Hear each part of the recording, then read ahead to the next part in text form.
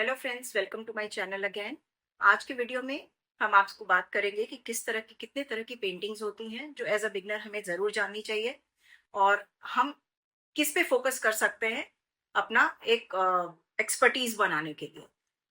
तो type of paintings अगर हम बात करते हैं तो देयर आर एब्स्ट्रैक्ट आर्ट, आपकी लैंडस्केप आर्ट्स होती हैं, लैंडस्केप पेंटिंग्स होती हैं, आपके पोर्ट्रेट्स होते हैं, पोर्ट्रेट्स पेंटिंग्स की भी बात कर सकते हैं हम यहाँ पर। कुछ आपकी वाटर टेक्निक्स होती हैं, वाटर कलर पेंटिंग्स होती हैं और आजकल मिक्स मीडिया भी है, एक स्टिल लाइफ पेंटिंग भी होती है।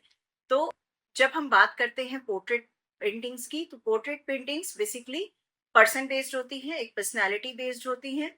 उनका एक पर्सन के इमोशंस को कैप्चर करना, पर्सनालिटी को कैप्चर करना, ये सारी पेंटिंग्स होती हैं जिनको हम पोर्ट्रेट पेंटिंग में कवर करते हैं। अगर हम किसी ह्यूमन के फेस को ड्रॉ करके पेंट करना शुरू करते हैं तो उसमें हम आपको कुछ टिप्स मैं ऐसे देना चाहूंगी जो आपको जरूर ध्यान रखनी चाहिए when you start making the portrait painting. So first, पहले तो हमें पिक्चर को एक सही तरीके से, सही डायमेंशन, सही पैरामीटर चूज करके हमको उसको ड्रॉ करना चाहिए। पोर्ट्रेट पेंटिंग को लाइटली ड्रॉ कर लेना चाहिए। बिना ड्रॉ किए पोर्ट्रेट पेंटिंग कॉम्पोजिशन सही नहीं आती है। रेशियो आपका एकदम सही होना चाहिए पोर्ट्रेट पेंटिंग ड्राइंग करने के लिए, पेंट करने के लिए। स्किन टोन्स हमें लेने पड़ते हैं कुछ कुछ आपके। सबसे पहले तो शेड्स चूज करना पड़ता है, लाइटर और डार्कर के बीच हमें मिक्स करना पड़ता है। हमें वो एरियाज पहले आइडेंटिफाई करने पड़ते हैं कि कौन सी जगह पर हम लाइट शेड रखेंगे और कौन सी जगह पे हम डार्क शेड रखेंगे एक पोर्ट्रेट पेंटिंग में। उसके बाद हम कलर मिक्सिंग शुरू करते हैं, स्किन टोन लाते हैं। स्किन टोन के लिए ये सारे डिटेल्ड वीडियो, हर एक पेंटिंग के ऊपर डिटेल्ड वीडियो मैं बनाऊंगी जो एक के बाद एक आपको मैं प्रेजेंट करती रहूंगी अपने चैनल के थ्रू। आप ट्यून्ड रहेंगे तो आपको ज्यादा इजी होगा समझने में। सो पोर्ट्रेट पेंटिंग की बेसिक चीज जो है वो है आपका कलर कॉम्पोजिशन बहुत सही होना चाहिए। आपका डायमेंशन ड्राइंग के टाइम पे बहुत सही होना चाहिए, एक्यूरेट होना चाहिए। आपका एक टिप्स मैं दे सकती हूँ, थोड़ा सा जब आप पेंटिंग के कुछ कुछ पोर्शन को कवर कर लेते हैं तो आपको उस पेंटिंग को मे बी थोड़ा सा स्टेप बैक होके उसको मिरर में देखें। उसके कॉम्पोजिशंस आपको कहाँ गड़बड़ लग रहे हैं। मिरर में देखने में आपको कभी कभी हम नेकेड आई से खुद से देखते हैं तो नहीं समझ में आता, बट हम जब मिरर के थ्रू अपनी पेंटिंग को देखते हैं तो हमें काफी कुछ चीजें समझ में आती हैं जिसमें हमें लगता है कि नहीं, उसमें यहाँ करेक्शन की जरूरत है। तो आप बनाने के टाइम पे ही आप इन चीजों को ही स्टेप बाय स्टेप करते चले। पोर्ट्रेट पेंटिंग में ये तीन चार चीजों का ध्यान रखना बहुत जरूरी होता है।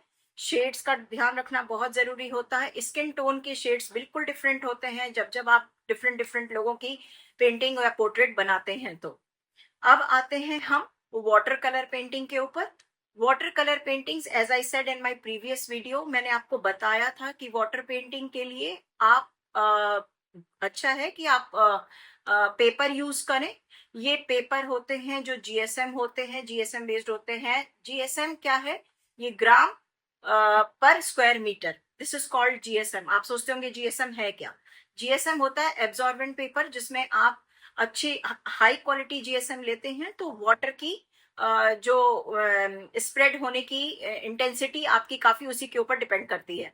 तो मेरे हिसाब से मैं जो आपको सजेस्ट करूंगी, आप वाटर कलर पेंटिंग अगर स्टार्ट कर रहे हैं तो जीएसएम 300 जीएसएम तक का पेपर आप यूज कर सकते हैं। 250 से 300, 350, ऑल्दो ये 600 जीएसएम तक भी पेपर्स आते हैं, बट अभी आप 300 जीएसएम की पेंटिंग का पेपर यूज कर सकते हैं।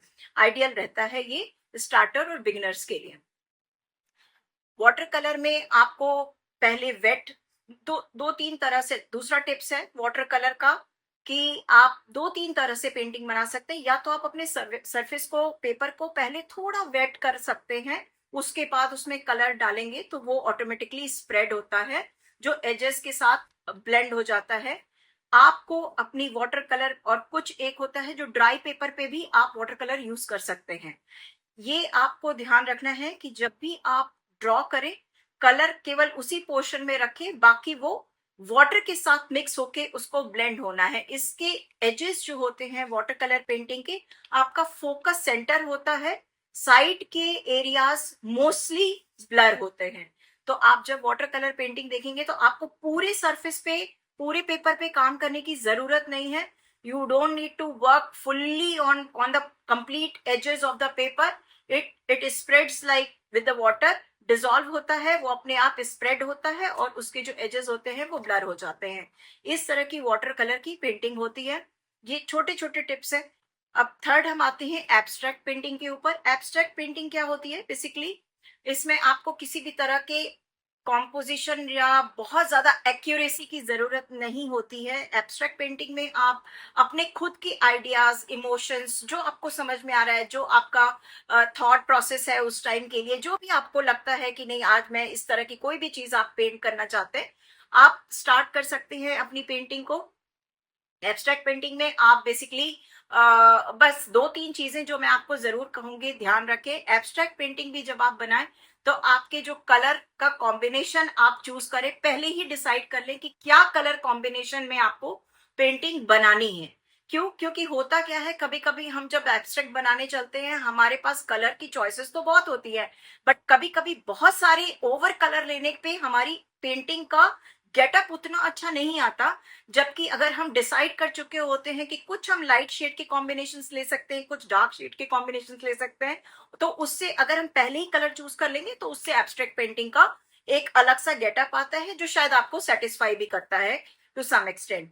सेकेंड, थर्ड चीज आपके दिमाग में जो होनी चाहिए वो ये होनी चाहिए, ऑल्दो इसमें कोई भी आपकी बाउंडेशन नहीं है, आपके दिमाग में जो भी थॉट आ रहा है आप उसको एब्स्ट्रैक्ट कैनवस के ऊपर डाल सकते हैं.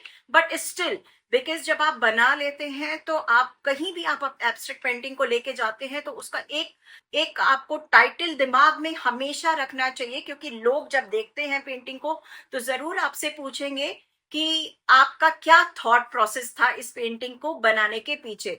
तो प्लीज रिमेंबर दिस, जब भी आप एब्स्ट्रैक्ट आर्ट बना रहे हो, आई एम नॉट सेइंग कि आप उसको डिफाइन करें, बट हाँ आपका कुछ ना कुछ कंसेप्ट जरूर होना चाहिए. वो पेंटिंग बनने के बाद भी आ सकता है, नॉट नेसेसरी कि पेंटिंग बनने से पहले ही आपका ये चीज डिसाइड कर ले. पेंटिंग बनने के बाद भी आप अपना दिमाग लगा के सोच सकते हैं कि अच्छा ठीक है, या पेंटिंग के बीच में थोड़ा सा स्टेप बैक होके सोच सकते हैं कि अच्छा ठीक है ये पेंटिंग इस तरह से जा रही है, चलो इसको इस तरह का हम टाइटल देंगे और इस तरह के ही ऊपर अब आगे का काम करेंगे.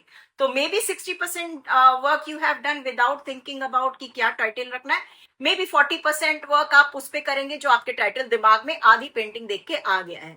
तो इस तरह से एक बहुत ही अच्छी खूबसूरत पेंटिंग बनके तैयार होती है. अब बात करते हैं हम स्टिल लाइफ पेंटिंग की.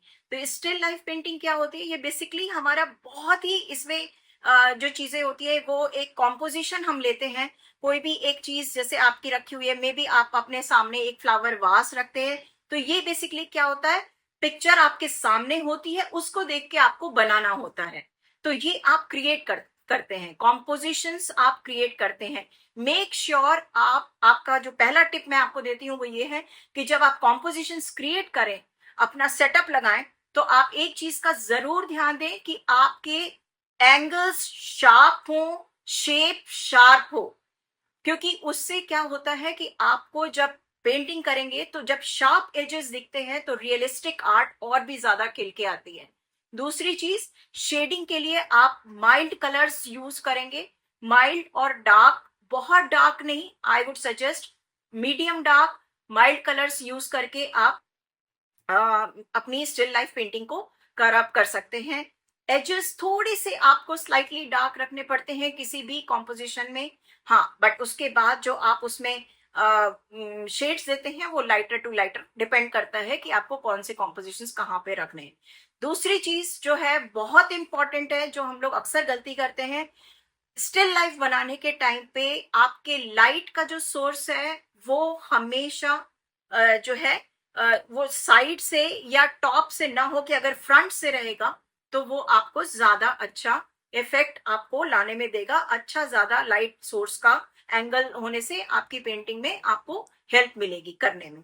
सो ये दो तीन चीजें हैं. इसके लिए एक और चीज है, आप ये स्टिल लाइफ बनाने के लिए आप एक्रिलिक भी यूज कर सकते हैं, ऑयल भी यूज कर सकते हैं. It all depends. अगर आपके अंदर ऑयल से पेंटिंग बहुत ही खूबसूरत बन के आती है, बट ऐसा कि मैंने आपको अपने लास्ट वीडियो में बताया था, ऑयल पेंटिंग के लिए हमें बहुत पेशेंस चाहिए होता है, बिकॉज लेयर्स क्रिएट करने में हमें थोड़ा टाइम लगता है उसको ड्राई अप होने में.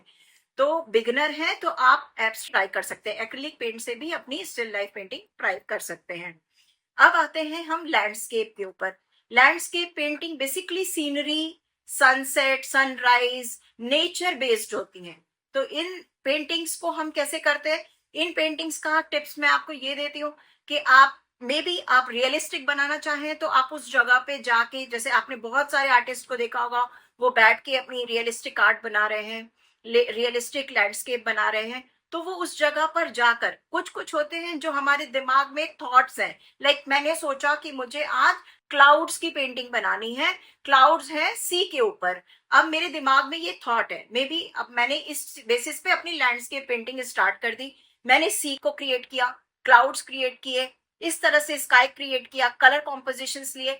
तो ये 2-3 तरह से हम लैंडस्केप पेंटिंग भी बना सकते हैं। लैंडस्केप पेंटिंग का भी टिप्स ये है कि आप प्लीज पहले पिक्चर को रफली ड्रॉ कर लें, ड्रॉ करने के बाद ही उस पे कलर यूज करें। कलर का कॉम्पोजिशंस भी आपको बहुत माइन्यूटली डिसाइड करना होता है। आपको लाइट शेड्स रखने होते हैं, माइल्ड कलर्स रखने होते हैं।